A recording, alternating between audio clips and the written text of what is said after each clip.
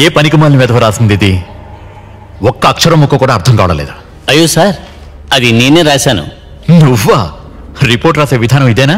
అదేమిటంటే సంఘటన జరిగిన 3వ రోజున పై అధికారులకి ఒక రిపోర్టు వెంటనే పంపాలని చెప్పినందువల్ల తొందరగా నేను పాత సంఘటనని ఏదో రాసేసి పంపించేశాను. అందువల్ల ఇంతకీ మీరు సడన్ గా ఇక్కడికి రావడానికి కారణం ఈ కేసు విషయమేనా? పనిష్మెంట్ కింద పంపించారనుకో. ఈ మధ్య జరిగిన విషయం కదా తెలుసుకుందామని. అలా అయితే మీరు ఇప్పుడు చదివినంత మర్చిపోండి సార్. ఏం జరిగిందో నేను చెబుతాను. చెప్పు. అదేమిటంటే ఆ రోజు ఈ సంఘటన జరగడానికి ముందు రోజు రాత్రి ఒక కాలేజీ లెక్చరర్ని మన రాఘవన్ సారు రోడ్డు మీదే కొట్టి చంపేశారు. ఎందుకలా చేశారో ఏమీ అర్థం కాలేదు, కానీ ఆ లెక్చరర్ అక్కడే చనిపోయాడు. ఆ తరువాత అక్కడి నుంచి ఆయన స్టేషన్కి వచ్చే దారిలోనే ఇలా జరిగి ఉంటుందని అనుకుంటున్నాను.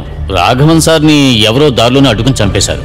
తీవ్రవాదులే చంపుంటారు. అలానే ఎవరు చెప్పారు? వాళ్ళ దాడిని చూస్తేనే అర్థమవుతుంది సార్. బుల్లెట్స్ తో కొట్టి బాడీని జల్లెడి చేసేశారు. వాళ్ళ పాత పగని తీర్చుకున్నారు సార్. సార్ అక్కడ చూడండి.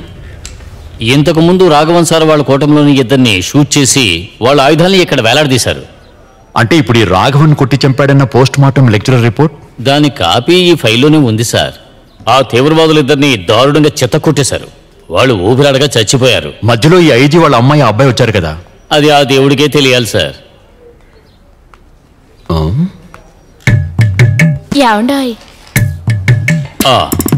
అది అక్కడే పెట్టేసి వెళ్ళిపో.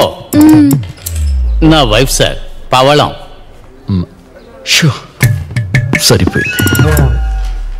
ఈ ప్రాబ్లం క్రియేట్ చేసిన ఆ స్టూడెంట్స్ కాలేజ్ ఏది? అదే సార్, నరసింహ మెమోరియల్. ఓ, ముంబైలో ఈ మధ్య. అదే సార్. అలాగే వాళ్ళ పార్టీ పెట్టిందే సార్. వాళ్ళకి చాలా ఇన్ఫ్లుయెన్స్ ఉంది. ముందు నువ్వు వెళ్ళి తిను, వెళ్ళు. ఒక్క నిమిషం. రేపటి నుంచి మీ వైఫ్ నాకు పెడతారని అడుగు. సార్, అరే మధ్యాహ్నం భోజనం నీతో పాటు నాకు పెడతారని అడగవయ్యా. నేను ఏర్పాటు చేస్తాను సార్.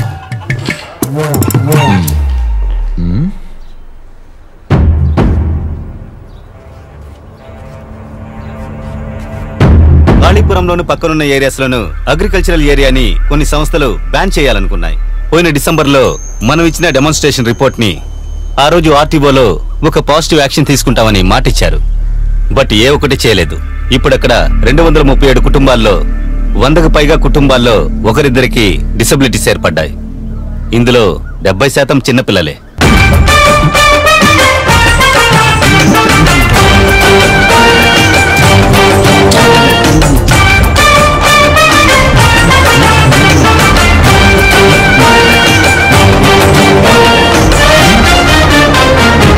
ఇప్పుడు మన సహాయం వాళ్ళకి కావాలి in terms of medication, regular medical checkups and other substances.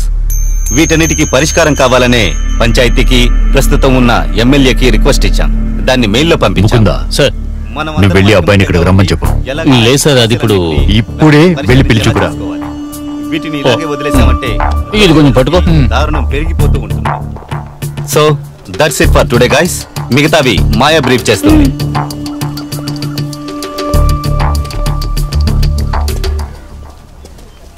అంటే నువ్వేనా జగన్ మీనన్వి? అవును. విషయం ఏంటి? కొంచెం స్టేషన్ వరకు రావాలి. కొత్తగా వచ్చిన సర్కిల్ మిమ్మల్ని రమ్మన్నారు. మీ ప్రిన్సిపాల్తో ఆల్రెడీ చెప్పాం. ఆ రోజు స్టేషన్ బయట చాలా పెద్ద గొడవ చేసావు కదా నువ్వు. దాని గురించి విచారించడానికే. వారెంట్ ఉందా? వారెంట్ రెడీ చేద్దాంరా. మర్యాదగా రారా. హే మిస్టర్, ఇది కాలేజ్. దానిపై నుండి చీటీ.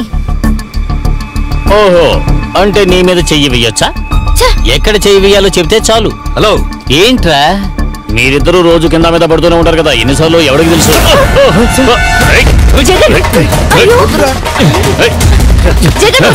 పోలీస్ ఉద్యోగం చేస్తే నోటికొచ్చినట్టు మాట్లాడతావా ఏంటి?